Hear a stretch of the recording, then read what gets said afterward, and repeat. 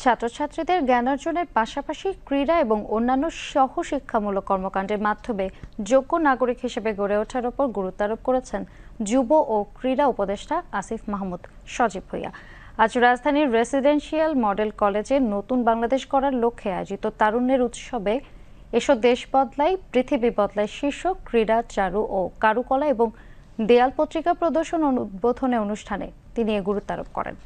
কলেজের অধ্যক্ষ brigadier general doctor Mohammad Jaber হোসেনের সভাপতিত্বে যুব ও ক্রীড়া মন্ত্রণালয়ের সচিব মোহাম্মদ রেজাউল মাকসুদ জাহেদি, কলেজের বোর্ড অব গভর্নর্সের সদস্য, আমন্ত্রিত অতিথি এবং ছাত্র শিক্ষক বৃন্দ অন্যান্যের মধ্যে উপস্থিত ছিলেন।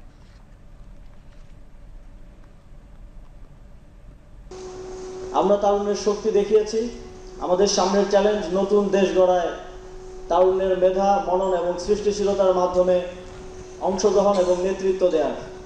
সেই চ্যালেঞ্জ বাস্তবায়নের জন্য, সেই চ্যালেঞ্জে সফল হবার জন্য প্রত্যেককে যার যার জায়গা থেকে প্রস্তুতি নিতে হবে। কঠোর পরিশ্রমের মাধ্যমে নিজেদেরকে প্রস্তুত করতে হবে ভবিষ্যৎ বাংলাদেশের নেতৃত্ব দেয়া। আমি বিশ্বাস করি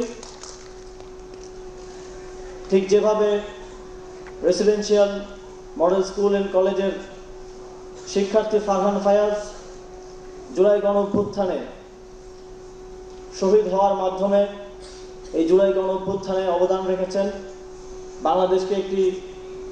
বাংলাদেশের জনগণকে নতুন বাংলাদেশ গড়ার স্বপ্ন দেখিয়েছেন, ঠিক সেভাবে আপনারা সবাই ফারহান ফায়াজের অনুপ্রেরণাকে সাথে নিয়ে আগামীর বাংলাদেশ গড়ায় নিজেদের ছাপ রাখবেন।